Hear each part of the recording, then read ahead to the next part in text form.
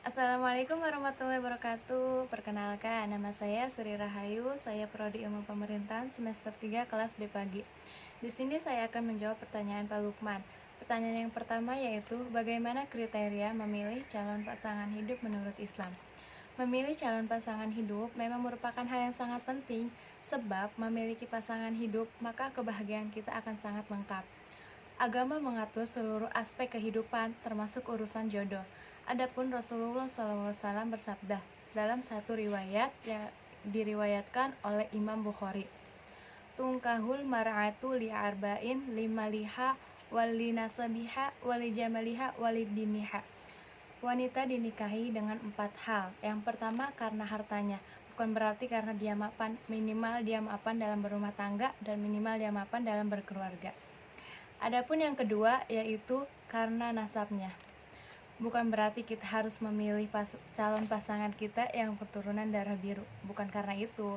Tetapi kita harus melihat calon pasangan kita dari keluarganya memang yang baik atau yang buruk. Contohnya, kita kan kalau menikah bukan hanya menyatukan dua manusia atau dua orang.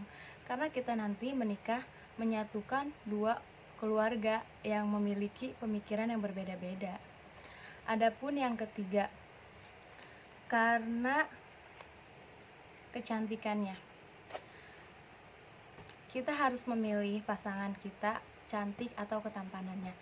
Bukan berarti cantik karena fisik, karena cantik itu kan relatif.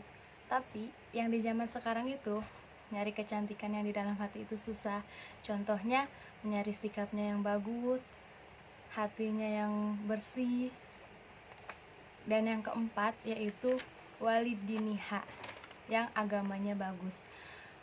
Karena masuk surga juga tidak butuh tampan, tapi butuh agamanya bagus yang bisa membimbing nanti ke surganya Allah. Karena tampan aja gak cukup buat masuk surga. Dan pertanyaan yang kedua, apa bekal yang harus dipersiapkan oleh seorang calon suami atau istri? Dalam membangun rumah tangga, tentu kita memiliki tujuan. Tujuannya yaitu menjalin keluarga yang sakinah, mawaddah, dan warohmah. Memiliki tujuan, karena kita kalau misalnya menikah ataupun ingin menikah, kita harus memikirkan tujuan kita. Kita harus memikirkan tujuan di jauh-jauh hari sebelum menikah lebih tepatnya. Karena kan kalau misalkan nanti kita menikah tidak memiliki tujuan kan sama aja bohong kan. Menikah itu gak gampang yang diucapkan menikah, tapi menikah itu, di dalam pernikahan itu atau di dalam keluarga pasti ada lika-likunya. Adapun persiapan yang harus disiapkan yaitu niat yang tulus dan matang. Niat merupakan hal yang sangat penting dan terpenting, karena niat menikah akan melahirkan visi dan misi yang berkualitas. Adapun yang ketiga, melakukan ta'aruf. Ta'aruf dapat diartikan mengenal lebih dekat atau lebih baik. Ta'aruf merupakan interaksi antara dua orang atau lebih yang dimaksud atau tujuan tertentu. Jadi kita harus saling mengenal dulu lebih dalam dia, karena kan kalau misalkan kita menikah, kita kan tinggal bersama dia, tinggal bareng dia untuk selama-lamanya.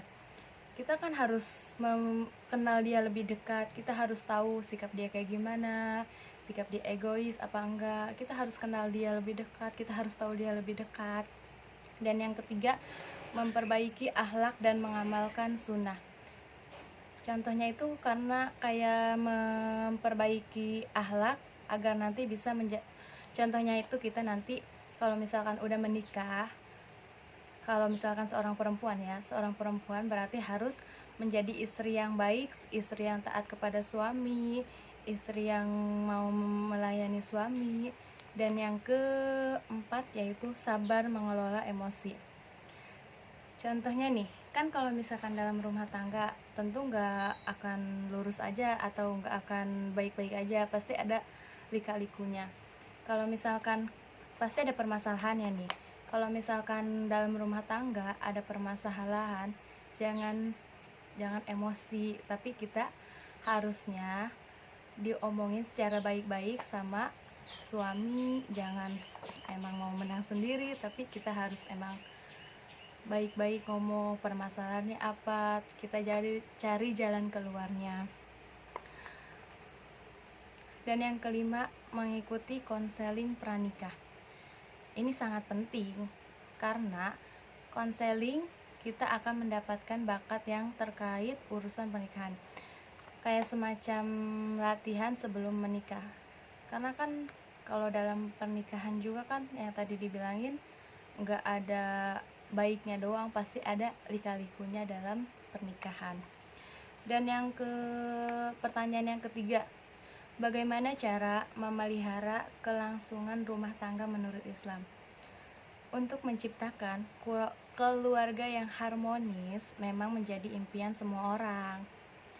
Adapun tips membangun atau memelihara rumah tangga menurut Islam, yang pertama yaitu memperkuat hubungan dengan Allah Subhanahu wa taala.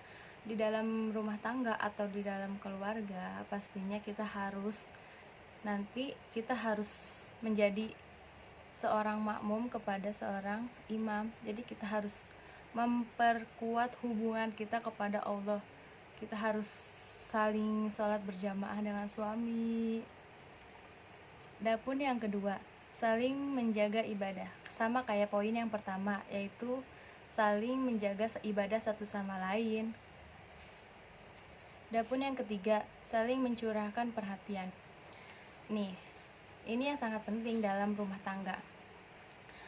Seorang suami sangat penting memberikan perhatiannya kepada seorang istri. Karena seorang istri itu membutuhkan kasih sayang. Seorang istri juga membutuhkan kalau misalkan seorang istri pasti bingung, pasti nanti suami yang ngasih solusinya. Jadi saling terbuka, saling perhatian, jangan cuma pekerjaannya aja yang diperhatikan, tapi istrinya juga harus diperhatiin.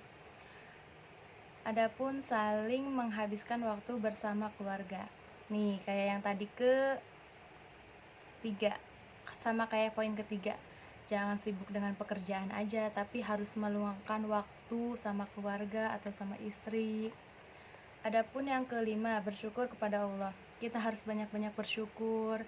Kita udah dikasih seorang istri yang baik hati, seorang suami yang baik, yang perhatian. Adapun yang keenam, bersabar satu sama lain. Ini poinnya ya, sangat penting ini. Karena dalam rumah tangga itu, sama yang tadi, pasti nggak akan baiknya aja, pasti ada lika-likunya. Jadi kita harus bersabar satu sama lain. Kita harus mengontrol emosi masing-masing. Contohnya mengontrol emosi suami atau mengontrol emosi istri. Yang ketujuh, saling memaafkan kesalahan. Nah tadi kalau setiap ada masalah diselesain dengan baik, jangan kebawa emosi masing-masing. Dan yang terakhir, tidak mudah marah. Sama poinnya, sama kayak yang ketujuh, emosinya diturunin, egoisnya diilangin. Dan pertanyaan yang keempat yaitu, bagaimana peran orang tua dalam mendidik anak menurut Islam? Mendidik anak dalam Islam harus didasarkan pada petunjuk dari Allah Subhanahu wa taala. Ada beberapa hal yang disampaikan Rasulullah dalam mendidik anak. Yang pertama, Rasulullah senang bermain-main.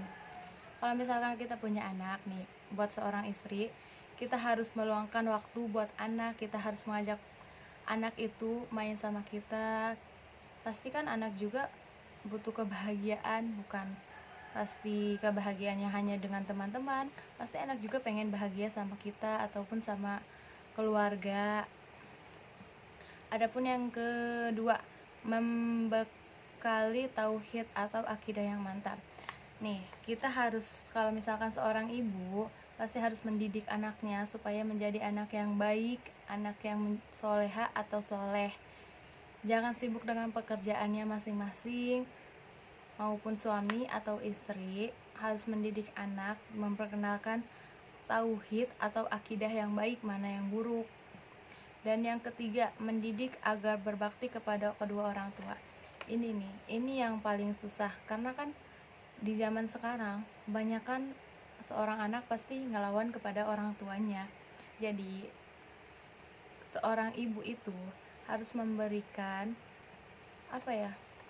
ilmu kepada seorang anak untuk tidak melawan ke orang tua dan berbakti kepada orang tua. Adapun yang keempat, mendidik agar berakhlakul karimah. Emang menjadi seorang ibu sangat berat ya, karena kan mendidik anak, mendidik itu nggak mudah, karena kan mendidik itu harus benar-benar mendidik agar menjadi anak yang berakhlakul karimah, akhlaknya baik, akhlaknya bagus. Adapun yang kelima, menjaga kesehatan dan keamanan lingkungan.